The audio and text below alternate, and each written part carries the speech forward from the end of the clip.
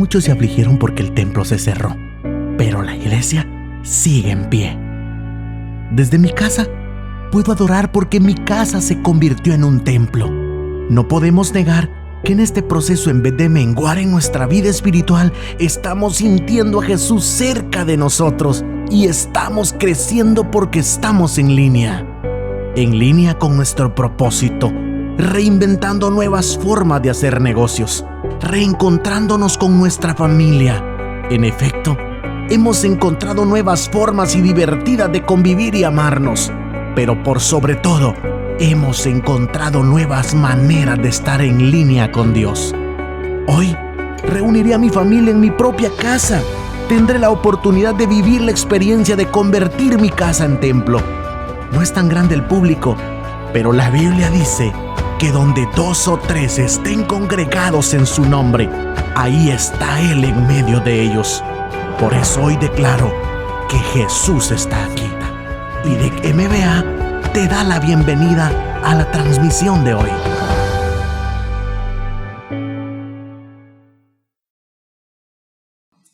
O la expresión sobriedad.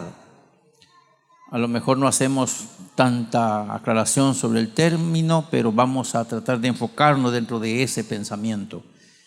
Y leemos 1 Pedro capítulo 1, versículos 10 hasta el 17.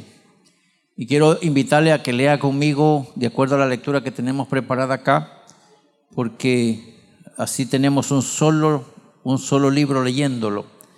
Hay una versión que estamos usando y cuando usted lee conmigo, usted encontrará una lectura diferente. Por eso le invito a que lea conmigo acá. 1 Pedro capítulo 1, versículo 10 al 17, dice así este trozo de lectura que hemos seleccionado para esta vez. Los profetas estudiaron con cuidado todo acerca de esta salvación y hablaron de lo que Dios, por su amor, daría a los creyentes.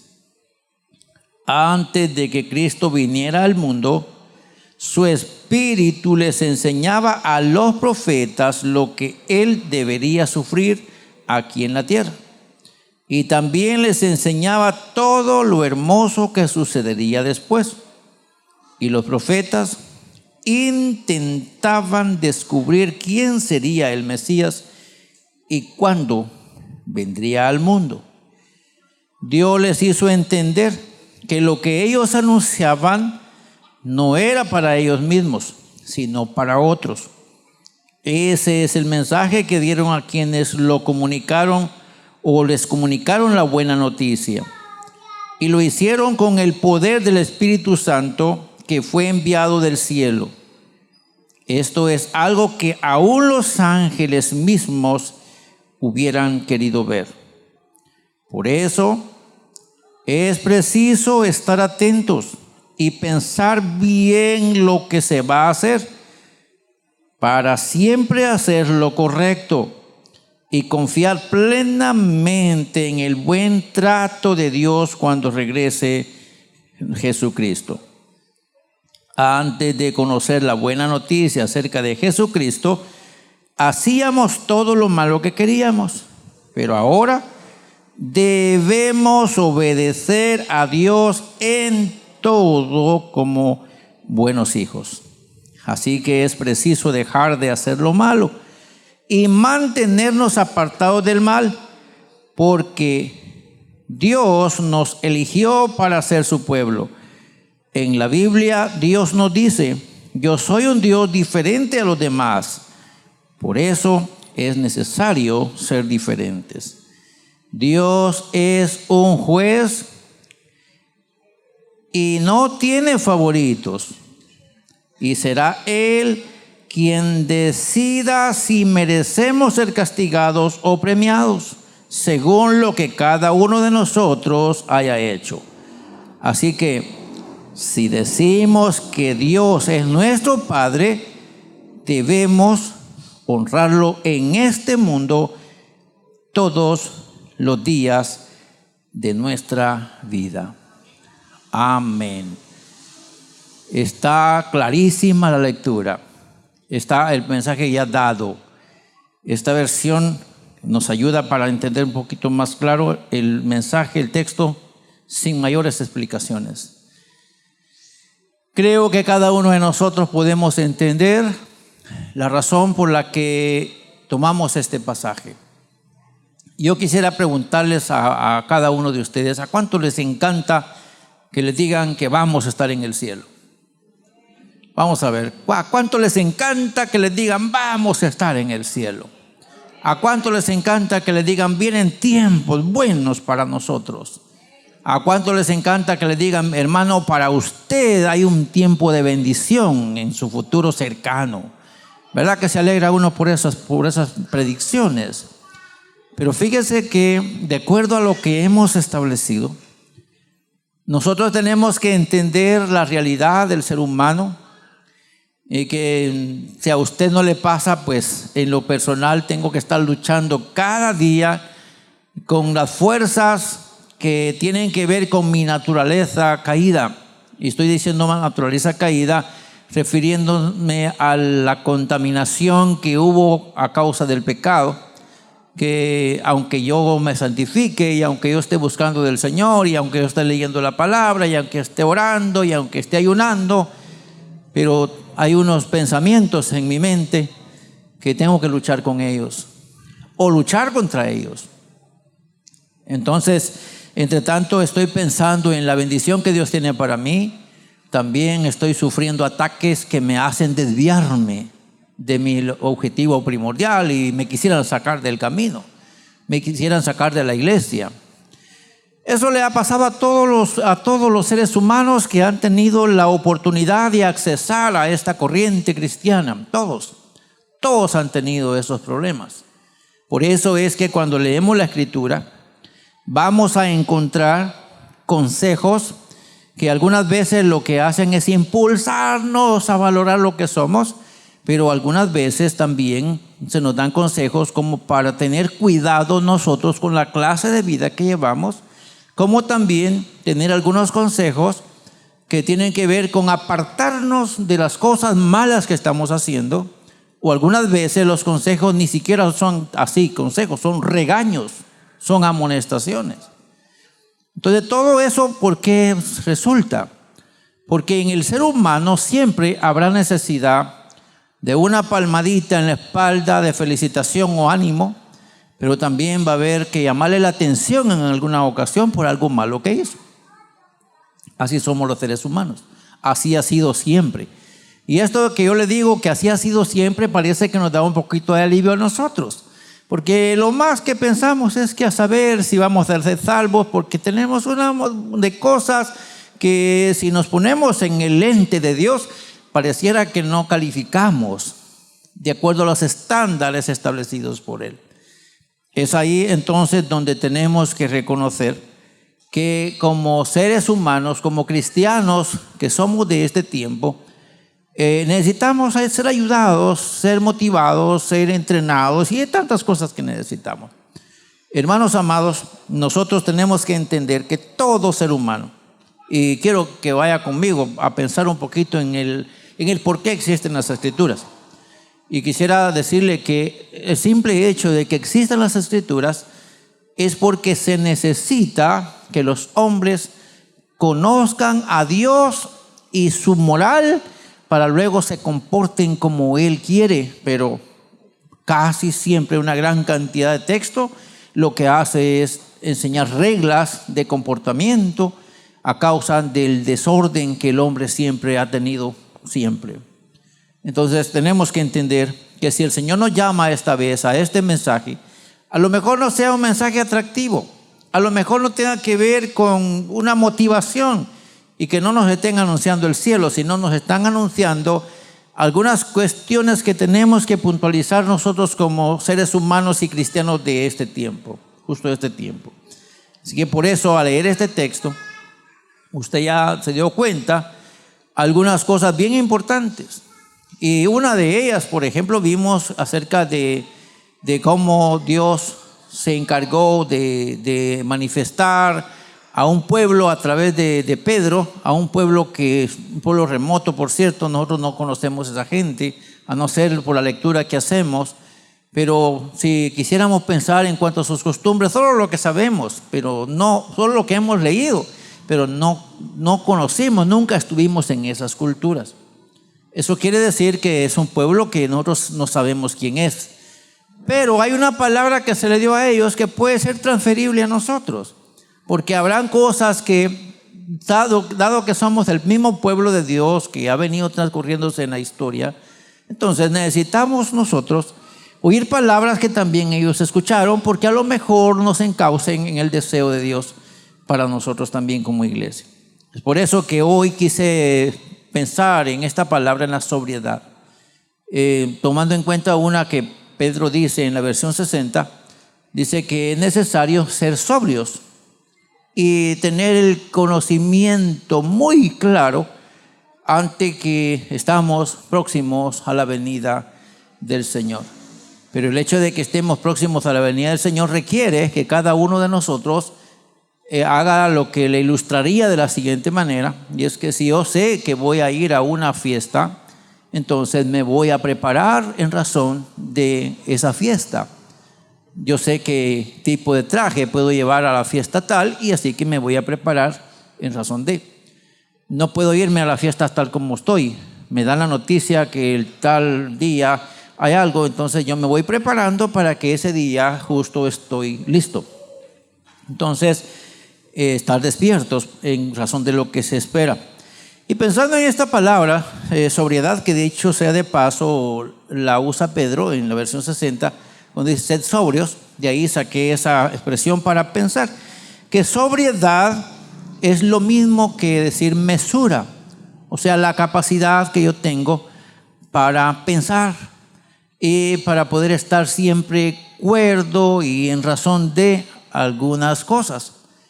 Por ejemplo, si voy a pensar en mi trabajo, yo sé que mi trabajo comienza a las 7 de la mañana y termina a las 5 de la tarde. Así que no voy a hacer un compromiso que se relacione con esos horarios de trabajo. O sí, si tengo que trabajar de 7 a 5 en cierta institución, no me voy a comprometer en otro lado o en ese mismo horario. Eso significa que yo estoy sobrio. O sea, sé lo que estoy haciendo. Yo puedo comprometerme después de ciertos horarios. No me puedo comprometer a las 5 de la tarde. Porque a las 5 de la tarde justo estoy saliendo del trabajo al que yo me debo todos los días. Pero sé que yo 2 horas después ya puedo hacer un compromiso, siempre y cuando no exagere para que me castigue, para quedar mal en el trabajo al que yo pertenezco. Eso es nada más lo que estaríamos pensando cuando hablamos de mesura. Tener una mente coordinada para ir pensando qué cosas convienen, qué cosas no convienen. Y eso es lo que tenemos en esta definición. Si hablamos de la sobriedad, se puede considerar como una de las virtudes más importantes del ser humano, porque le permite vivir teniendo muy claro lo que es necesario y lo que no lo es. Eso es lo que hace la sobriedad o la mesura. Me ayuda para saber qué es necesario y qué cosas no son necesarias. Luego, podemos decir que quien la posee aprovechará bien el tiempo, aprovechará también los recursos y también las oportunidades alusivas al fin que desea. Eso es así. Entonces, cuando pensamos nosotros entonces en la sobriedad y lo aplicamos al campo espiritual, tenemos nosotros que comenzar a puntualizar algunas cosas, así como le puse el ejemplo, que no me comprometería yo para hacer un trabajo justo en el horario que yo estoy ocupado en una empresa o institución. Entonces, así como yo no me comprometo en esos horarios que ya tengo establecidos, tampoco voy a hacer cosas que en la vida cristiana interfieran al mismo tiempo mi relación con Dios. O sea que si soy cristiano, tengo que pensar bien en qué consiste ser cristiano y qué cosas convienen a un cristiano y qué cosas no le convienen. Son cuestiones que tengo que ponerme a trabajar yo. ¿Dónde voy a encontrar esa información? Pues la vamos a encontrar en los mensajes, en los consejos, en las palabras que escuchamos a diario. El pastor o los predicadores o en sus dispositivos, ustedes tendrán información que les van orientando cómo es la vida cristiana. ¿De qué se trata la vida cristiana? qué cosas debería tener un cristiano y qué cosas no debería tener, para que de manera intencional y personal comienza la tal persona a comportarse en razón de. Si queremos nosotros entender que el tiempo para servir al Señor es hoy, entre tanto se dice hoy lo que dice la palabra, entonces no podemos pecar de ignorantes esperando que algún día, siendo que la muerte es segura y también la venida de Cristo puede darse en cualquier momento. Eso nos va a dar la pauta para pensar que el tiempo oportuno es hoy. Obviamente tengo recursos disponibles hoy y sin duda alguna esto me ayuda para encauzarme en el rumbo a la vida eterna. Yo no sé cuántos recuerdan, y de hecho hay una persona acá que cuando estuvo el templo cerrado por unos meses a causa de la pandemia, habían personas que me decían, ¿cuándo van a abrir el templo? No había oportunidad de estar en la iglesia. No había recurso disponible para eso. No se nos permitía, el tiempo a tal hora estaba cerrado. No podía nadie darse el lujo de andar en las calles. Entonces tendríamos problemas para concentrarnos. Pero en el caso de hoy tenemos libertad, hay un recurso disponible, no hay problemas, no hay restricciones. Es más, ya no podemos decir, es que yo no soporto estar con la boca tapada. Ya eso no es una exigencia de primera mano, eso quien manda es usted si quiere cuidarse. Estoy pensando entonces que las cosas se van dando en la medida de que se va alineando hacia un fin. Si pensamos entonces dentro de este campo, tendríamos que decir nosotros que tendremos que aprovechar bien este tiempo, el recurso que tenemos para que nos encauce hacia el rumbo de la vida de nosotros, la vida cristiana. Y dentro de esas consideraciones que yo quise hacer dentro de este pasaje, pues quise pensar en algunas cosas importantes que nos pudieran ayudar. En primer lugar, los profetas anunciaron la era cristiana y sus características. Los profetas anunciaron la era cristiana y también sus características, y se cumplió tal y como Dios lo había planeado. Dice el profeta que ellos, o sea, Pedro dice que ellos quisieron investigar y se dieron a la tarea de ver quién sería aquel Mesías, quién sería ese pueblo. De hecho, uno de los salmistas dijo que había un pueblo que iba a nacer y ese pueblo alabaría al Señor. Pero cuánto le hubiera encantado a ese que escribió esas palabras dirigidas por el Espíritu Santo ver a ese pueblo reunido, y no lo logró. Así pasó con muchos profetas. Anunciaron cosas y ellos decían, pero ¿en qué tiempo irá a ser? ¿Quiénes irán a ser los afortunados? ¿Quiénes irán a ser los privilegiados? Pero según Pedro, llegó el momento en el que hubo ese pueblo. Vino el tiempo de Jesucristo, sufrió como ustedes ya se dieron cuenta según lo que hemos leído, y luego llegó el momento en el que la muerte de Jesús provocó una gran conversión universal. Tanto así que si podemos comparar las palabras de Pablo cuando dice que Jesús, por el gozo que había en su corazón, sufrió hasta ir a la cruz, tendríamos que decir que todo lo que aconteció a causa del sacrificio de Jesús provocó gran alegría, usando las palabras del profeta Isaías, cuando piensa que a causa del sacrificio que iba a hacer, iba a salvar, iba a traer a muchos a la gloria. Bueno, el profeta Isaías no entendía de quién se trataba. Y trataron algunos de investigar. Es más, Juan el Bautista, por ejemplo, era el que más cercano estaba a Jesús. Y Juan el Bautista, en un momento con la intención de entender de quién se trataba la profecía, si ustedes han leído, se van a dar cuenta que el Juan el Bautista dice, yo escucho que anda alguien por ahí haciendo ciertas cosas, háganme un favor, le dijo a sus discípulos, vayan y le preguntan, ¿quién es él? Pregúntenle si es el que esperamos. Entonces, cuando los discípulos de Juan, que era el último de los profetas considerados entre el Nuevo y el Antiguo Testamento, cuando llegan a Jesús, Los discípulos de Juan que le hicieron la pregunta, fíjate que nuestro maestro nos manda a preguntarte, ¿eres tú o quién? Esperamos a otro. Y Jesús no les dijo yo soy, sino les dijo, esto está pasando. Y ustedes saben que los muertos son resucitados, los enfermos son sanados, los paralíticos se les arreglan sus extremidades, así que cuéntenle lo que está pasando. Cuando los discípulos de Juan llegaron a él con la noticia, dijo Juan, este es. O sea que los mismos profetas habían anticipado cosas que ni siquiera ellos sabían que iba a suceder. Pero según lo que dice Pedro, nosotros tuvimos la bendición de experimentar aquello de lo que los profetas hablaron. Y nosotros somos parte de ese acontecimiento. Es interesante entonces que veamos esta consideración. Diga conmigo, lo que los profetas dijeron se cumplió.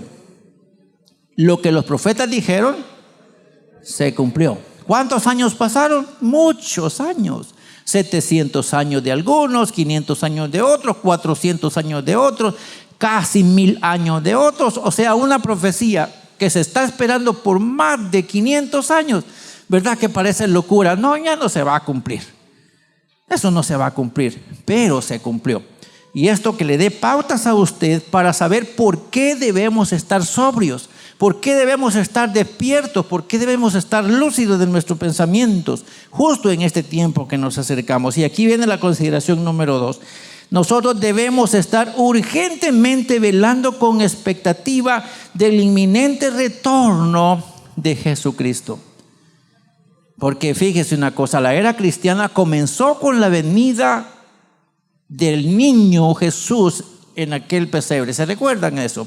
Que un niño nació de una mujer llamada María, fue atendido por esa pareja, y este niñito creció y se hizo grande, se hizo un ministro, dio su vida, pero murió. Y antes de irse, hubo resucitado de los muertos, y antes de irse hacia el cielo, Él prometió volver.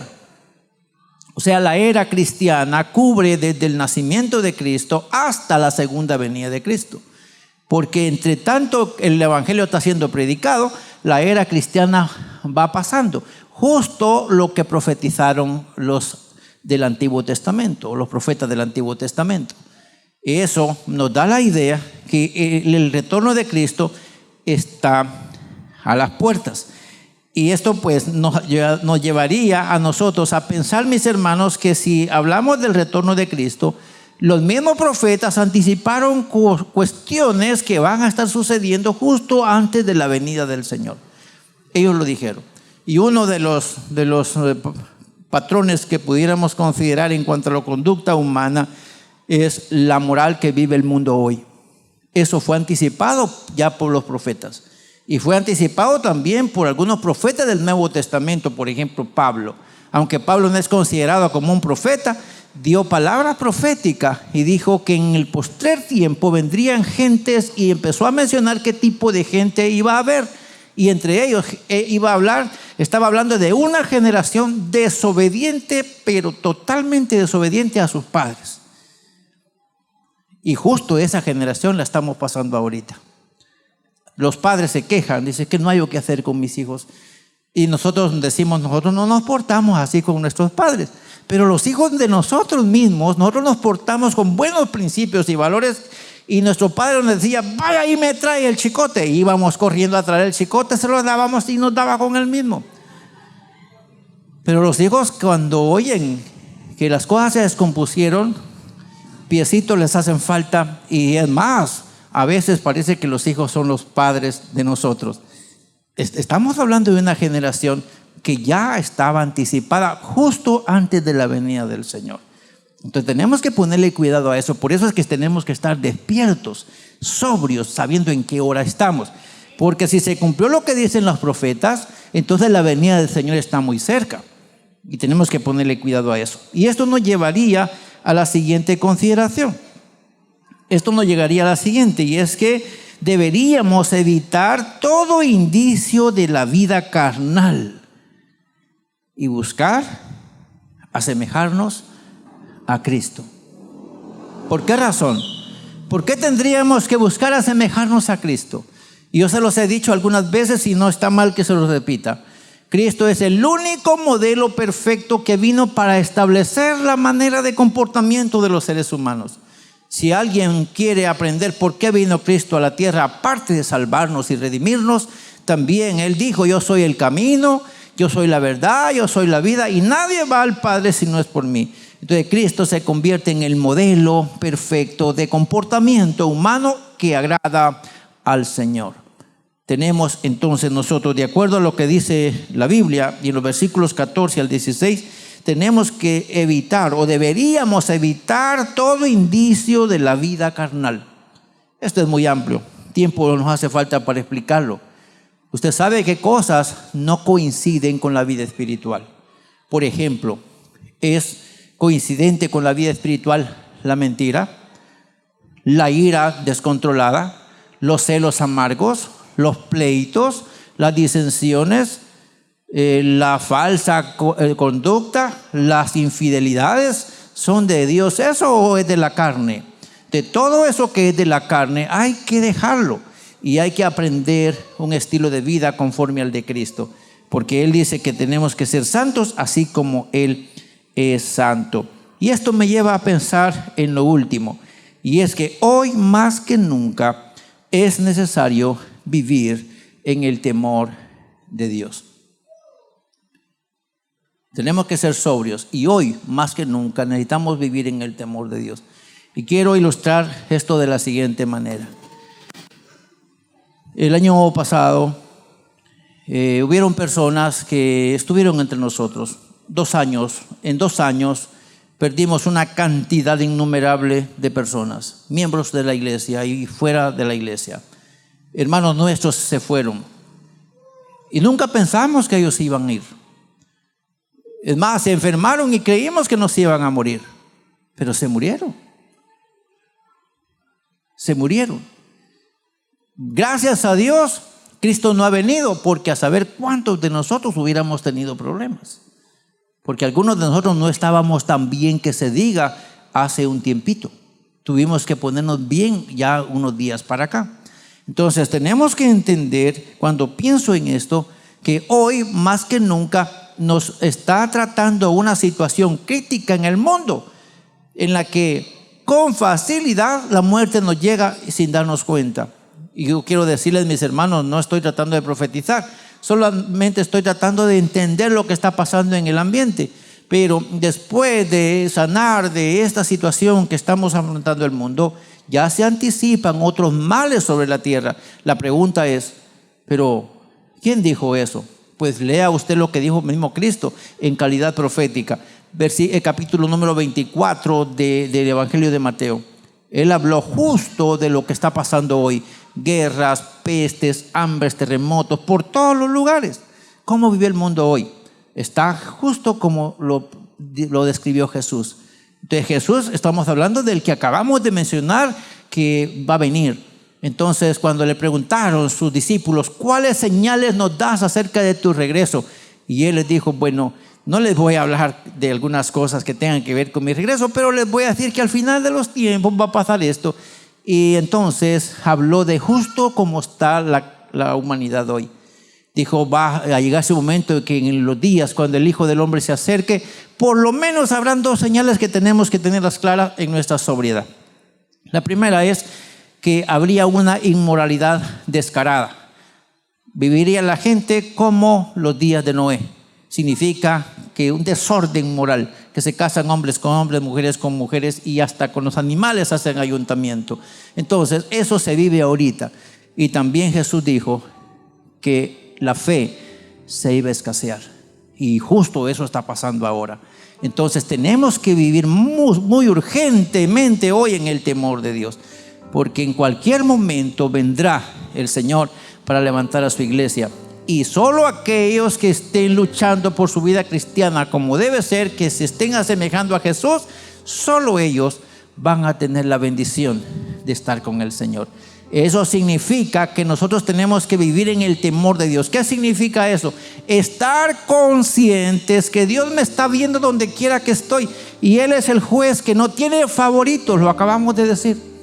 Entonces, si Él no tiene favoritos, aunque yo haya predicado 100 años, no voy a tener escapatoria si yo estoy haciendo lo que no es correcto. Así lo leímos hace poco en uno de los textos bíblicos, donde cada uno es responsable de su propia vida, tanto el Padre como el Hijo. Para Dios no hay favoritos. Entonces el hombre responderá por sus actos. Cada uno debe tener en mente eso y vivir delante de Dios, así como saber que lo están viendo. Así como usted no sería capaz de bañarse en la vía pública sin nada de ropa, como vino al mundo, porque alguien me puede ver. Así tiene que vivir delante del Señor, pensando en que en cualquier lugar donde esté, el Señor lo está viendo y que su comportamiento tiene que ser agradable a Él.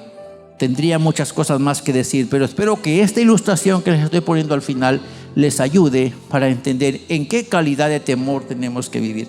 Y quiero terminar diciendo lo siguiente: si hay muchas profecías bíblicas que se han cumplido, aun cuando haya pasado mucho tiempo, se cumplirán las que están pendientes. Y vea esa noticia: la venida de Cristo es una promesa vigente.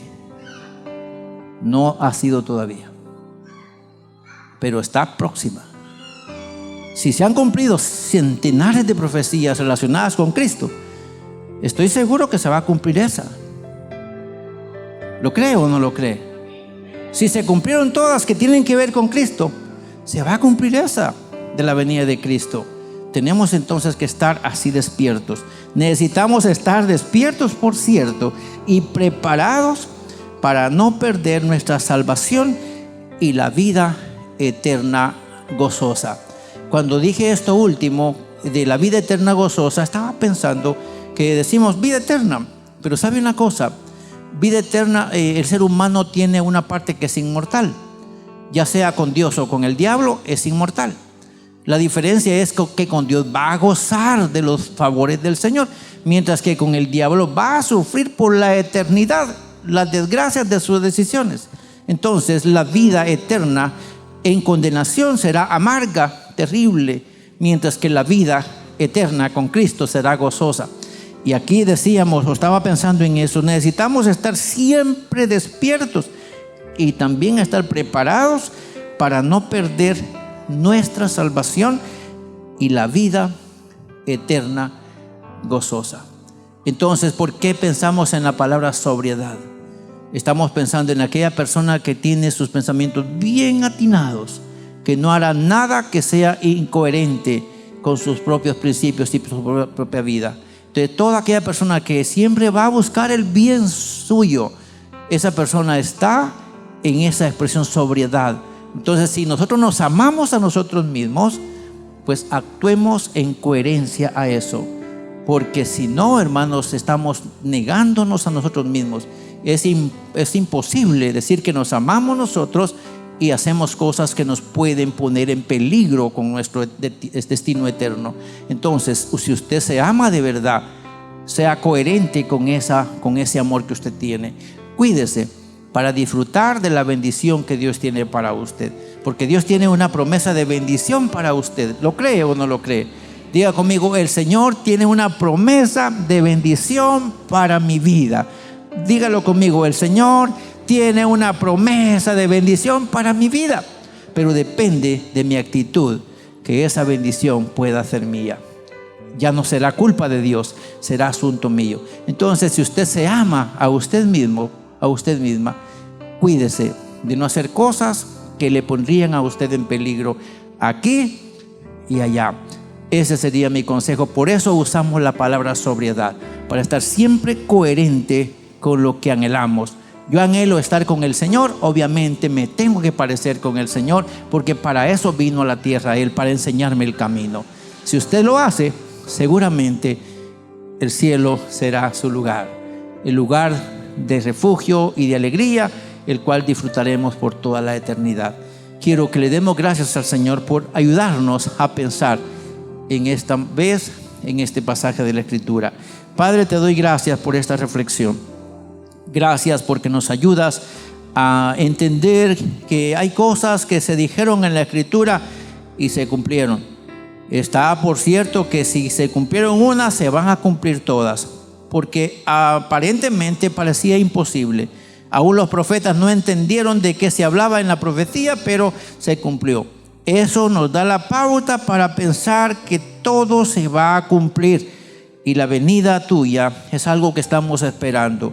Ayúdanos, Señor, para tener siempre nuestros sentidos bien ejercitados, tener siempre pendiente y ser coherente con la vida que decimos llevar. Si decimos que vamos a la iglesia, tener principios que nos identifiquen con esa palabra que hemos dicho, tener valores, tenemos comportamientos o tener todo aquello que nos identifica contigo. Ayúdanos para poder amarnos a nosotros mismos, tratando de llevar una vida correcta ante ti, porque de eso dependerá la decisión final. Cuando tú, en calidad de juez, establezcas el lugar para cada uno de nosotros, lo harás en razón o en coherencia con nuestras mismas obras. Ayúdanos, Señor, para entender esta palabra, y aunque el tiempo es corto para explicar más cosas en razón de esto, sé que lo que hemos leído y lo que hemos hablado nos ayudará para entender mucho más. Gracias por tu palabra, te bendecimos y te exaltamos porque nos demuestras tu amor dándonos palabras de esperanza, reprendiéndonos algunas veces, corrigiéndonos, y esto es porque nos amas. Gracias porque esta vez nos dices que necesitamos estar bien despiertos justo en este tiempo que estamos viviendo. Que tu palabra haga lo que quisiste que hiciera esta vez en el corazón de cada uno de los oyentes. Así te lo pido, Señor, y así lo espero en el bendito nombre de Jesús. Amén y amén. Dios me le bendiga.